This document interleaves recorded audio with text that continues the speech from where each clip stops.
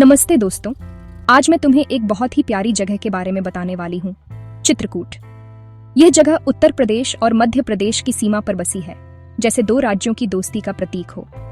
सोचो, एक ऐसी जगह जहाँ चारों तरफ हरियाली है, ऊंचे ऊंचे पहाड़ हैं और बीच से एक सुंदर नदी बहती है। चित्रकूट का नाम सुनते ही मन में शांति और भक्ति का भाव आ जाता है। कहते हैं, भगवान राम, माता सीता और लक्ष्मण जी ने अपने वनवास के सारे 11 साल यहीं बिताए थे।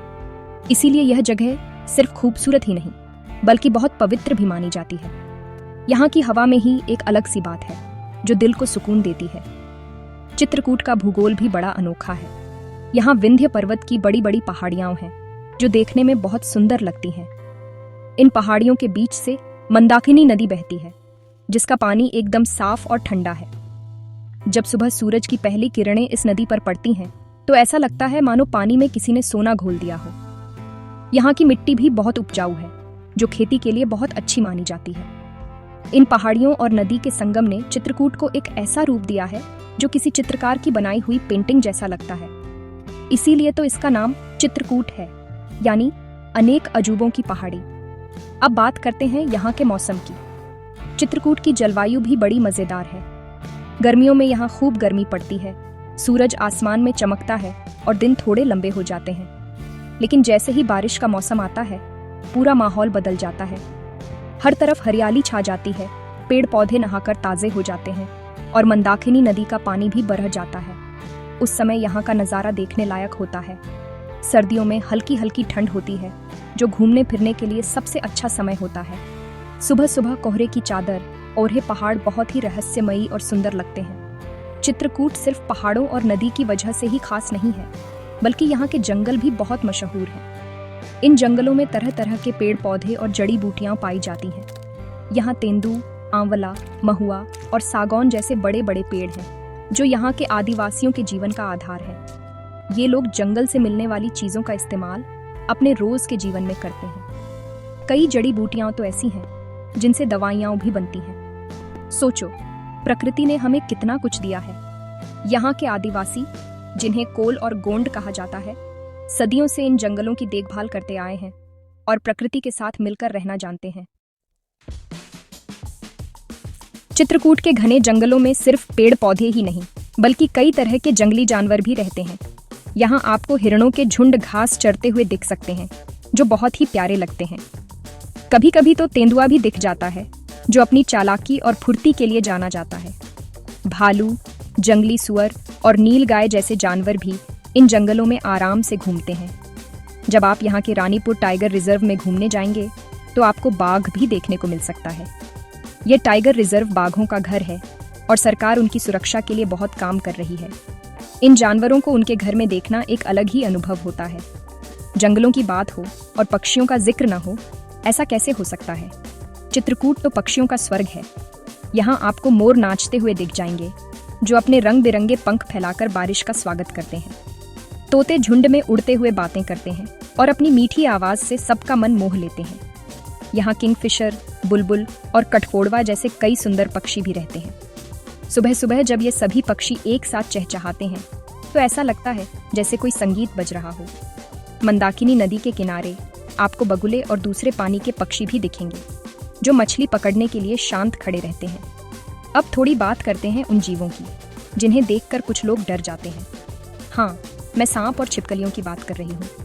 चित्रकूट के जंगलों और ग्रामीण इलाकों में कई तरह के सांप पाए जाते हैं, जैसे कोबरा और करैत। लेकिन ये जानवर तभी नुकसान पहुंचाते हैं जब उन्हें खतरा महसूस होता है। वे भी प्रकृति का एक जरूरी हिस्सा है। यहाँ बड़ी बड़ी छिपकलियाँ, जिन्हें गोह कहते हैं, और मगरमच्छ भी मंदाकिनी नदी में रहते हैं। ये सभी जीव मिलकर यहाँ के पर्यावरण का संतुलन बनाए रखते हैं। हमें इन सभी जीवों का सम्मान करना चाहिए और उन्हें परेशान नहीं करना चाहिए। चित्रकूट में घूमने के लिए बहुत सारी रोमांचक जगहें हैं। रानीपुर टाइगर रिजर्व तो है ही, जहाँ आप जंगल सफारी का मजा ले सकते हैं। इसके अलावा यहाँ कई खूबसूरत झरने भी हैं, जैसे शबरी जलप्रपात। बारिश के मौसम में इन झरनों की सुंदरता और भी बढ़ जाती है। आप यहाँ के हरे भरे जंगलों में ट्रैकिंग भी कर सकते हैं और प्रकृति को करीब से महसूस कर सकते हैं। सरकार ने इन जगहों को इको टूरिज्म के तौर पर विकसित करने का काम किया है। ताकि लोग प्रकृति का आनंद भी ले सकें और उसकी सुरक्षा भी हो सके। ये एक बहुत अच्छी पहल है ना? चित्रकूट की असली पहचान यहाँ के धार्मिक स्थलों से है। यहाँ का सबसे पवित्र स्थान है कामदगिरि पर्वत। कहते हैं कि यह पहाड़ भक्तों की सभी मनोकामनाएं पूरी करता है, इसीलिए इसका नाम कामदगिरि है। श्रद्धालु इस पहाड़ की 5 किलोमीटर लंबी परिक्रमा करते हैं। परिक्रमा करते समय वे भजन गाते हैं और भगवान राम का नाम जपते हैं। इस रास्ते पर कई छोटे छोटे मंदिर हैं जहां रुककर लोग पूजा करते हैं। इस परिक्रमा को करने से मन को एक अद्भुत शांति मिलती है। ऐसा लगता है जैसे भगवान राम स्वयं आपके साथ चल रहे हों और आपको आशीर्वाद दे रहे हों।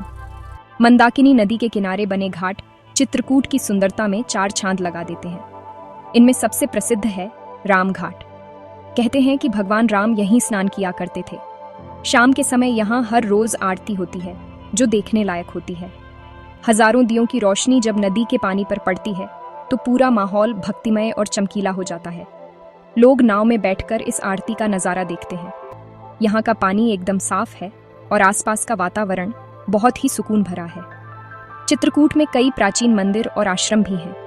हनुमान धारा एक ऐसा ही अनोखा मंदिर है जो एक पहाड़ी पर बना है। यहाँ एक चट्टान से पानी की एक धारा निकलकर सीधे हनुमान जी की मूर्ति पर गिरती है।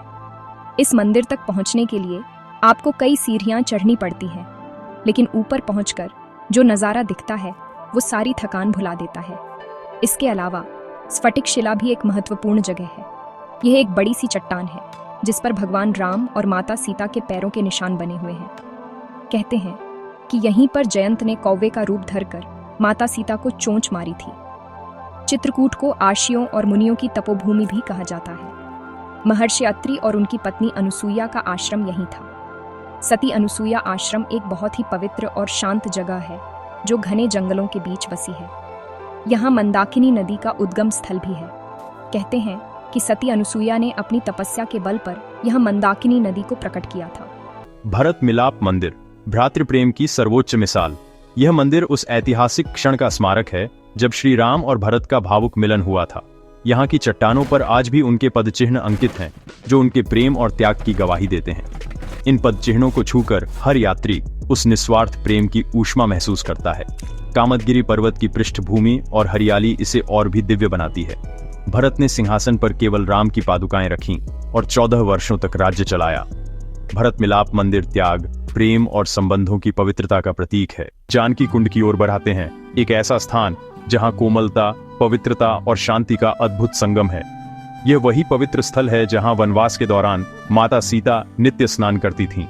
मंदाकिनी नदी के किनारे स्थित यह स्थान आज भी आध्यात्मिक शांति से भरपूर है। यहाँ चट्टानों पर माता सीता के पदचिह्न हैं जिन्हें देख मन श्रद्धा से भर जाता है। यह स्थान उनके त्याग, तपस्या और स्त्री शक्ति का प्रतीक है। यहाँ की शांति और सादगी आत्मशुद्धि का अद्भुत अवसर देती है। जब आप यहाँ आए, मंदाकिनी के जल को स्पर्श करें और माता जानकी के साहस को नमन करें।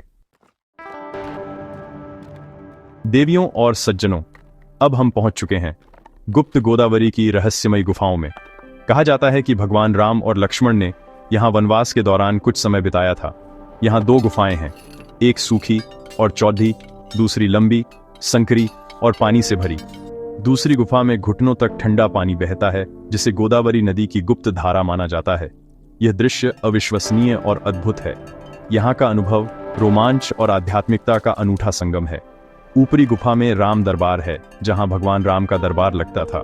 हर चट्टान, हर कोना किसी न किसी कथा से जुड़ा है।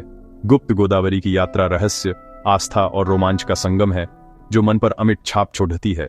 यहाँ आकर मन को जो शांति और सकारात्मक ऊर्जा मिलती है उसे शब्दों में बयां करना मुश्किल है। यह जगह हमें सिखाती है कि सच्ची भक्ति और तपस्या में कितनी शक्ति होती है।